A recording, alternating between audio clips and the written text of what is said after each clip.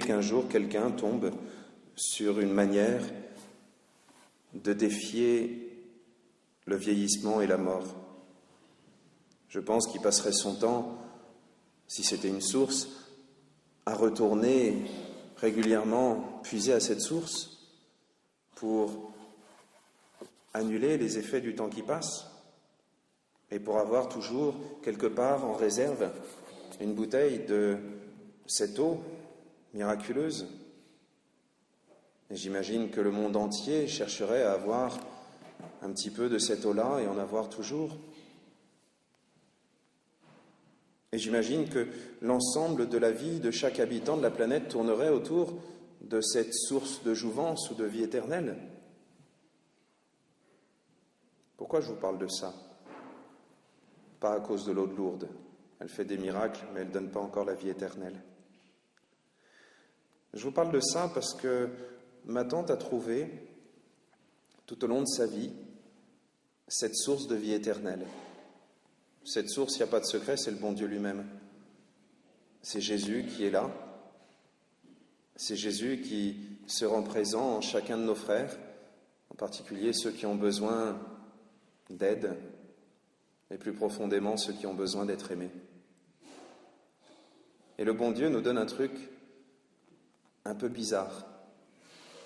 Si on veut avoir la vie éternelle, il ne nous demande pas d'acheter une eau miraculeuse ou une pilule incroyable. Il nous demande de donner. Donner un peu de notre vie, un peu de notre temps, un peu de notre énergie, un peu de notre sourire, un peu de notre cœur. Et ça, ma tante savait le faire. Elle a passé tellement de temps à se mettre au service des autres, aussi bien en plein milieu de la nuit pour aller consoler une famille en deuil et leur rendre les hommages nécessaires, aussi bien à n'importe quelle heure du jour ou de la nuit pour soigner des corps, en faisant des piqûres. D'abord, par cette gentillesse avec laquelle elle nous accueillait tous, qu'on peut vraiment avoir l'impression que dans chacun de ses gestes, de ses actes, c'est le bon Dieu qu'elle voyait. Ça fait pas longtemps que je la connais, juste quelques années, mais à chaque fois que j'arrivais, pas seulement quand j'arrivais avec le bon Dieu pour lui donner la communion, même quand j'arrivais simplement en passant, je sentais qu'elle accueillait le bon Dieu.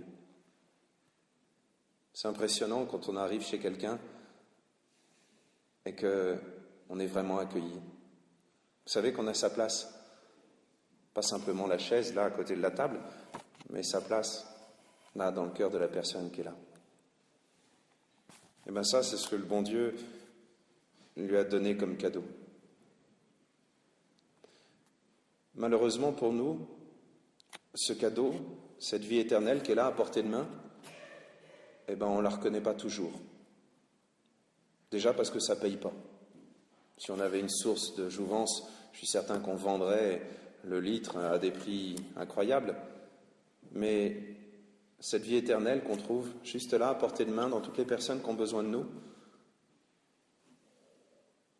rien nous récompense. Rien. C'est pas payé, c'est pas sponsorisé, c'est pas subventionné. Et puis, même avec nos propres yeux, on a l'impression que le bon Dieu ne nous remercie pas. Il y a tellement de personnes à qui on rend service et puis le jour où on en a besoin, ça marche pas toujours. Il y a tellement de personnes à qui on a rendu tous les honneurs possibles, puis le jour où on cherche à honorer, à être honoré soi-même, ça marche pas. Et on peut avoir l'impression, vu d'ici, que la vie n'est pas très juste. Mais vous inquiétez pas. Vous savez, quand le bon Dieu commence à compter, lui, il fait rentrer des infinis dans les additions. Il fait rentrer des choses qui n'ont pas de prix. Parce que lui, quand on arrive à l'entrée du paradis, il ne nous donne pas une place ou une maison, ou c'est lui-même qui donne. C'est lui-même qui est là. Et là, je suis sûr que ma tante, lorsqu'elle est arrivée à l'entrée du paradis, Il y a la Sainte Vierge et Sainte Bernadette qui l'ont prise par la main et qui lui ont dit « Viens, il y a le bon Dieu qui t'attend. » Je suis certain que le bon Dieu a pris dans ses bras. Ouais.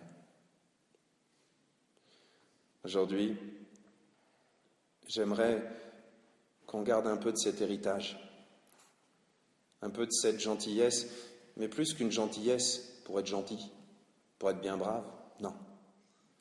Une vraie gentillesse, celle qui reconnaît dans chaque personne qui est là et qui a besoin de nous, le bon Dieu.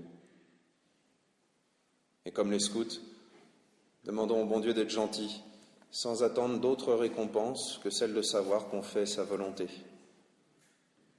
Oui, je crois que ma tante ne se serait jamais permis de réclamer quoi que ce soit, ni pour elle, ni pour qui que ce soit.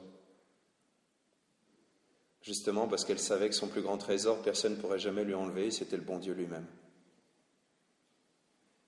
On peut quand même demander un autre service au bon Dieu. C'est d'avoir, comme ma tante, cet amour de Dieu, cet amour des sacrements, cet amour de la Sainte Vierge.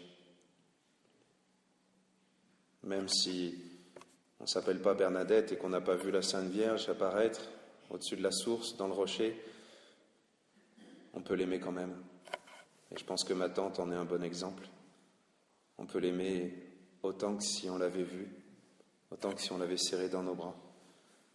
Alors que la Sainte Vierge nous aide, qu'elle nous aide à traverser ce moment de doute, de douleur, ce moment où, caché derrière la nuit de la mort, il y a la vie éternelle, et on sait qu'elle est là, mais on a du mal à le croire vraiment. Oui, que la Sainte Vierge nous aide et qu'elle nous tienne par la main, qu'elle nous accompagne, parce que non seulement on s'en va vers le bon Dieu, mais il est déjà là maintenant, avec nous, tous les jours. Amen.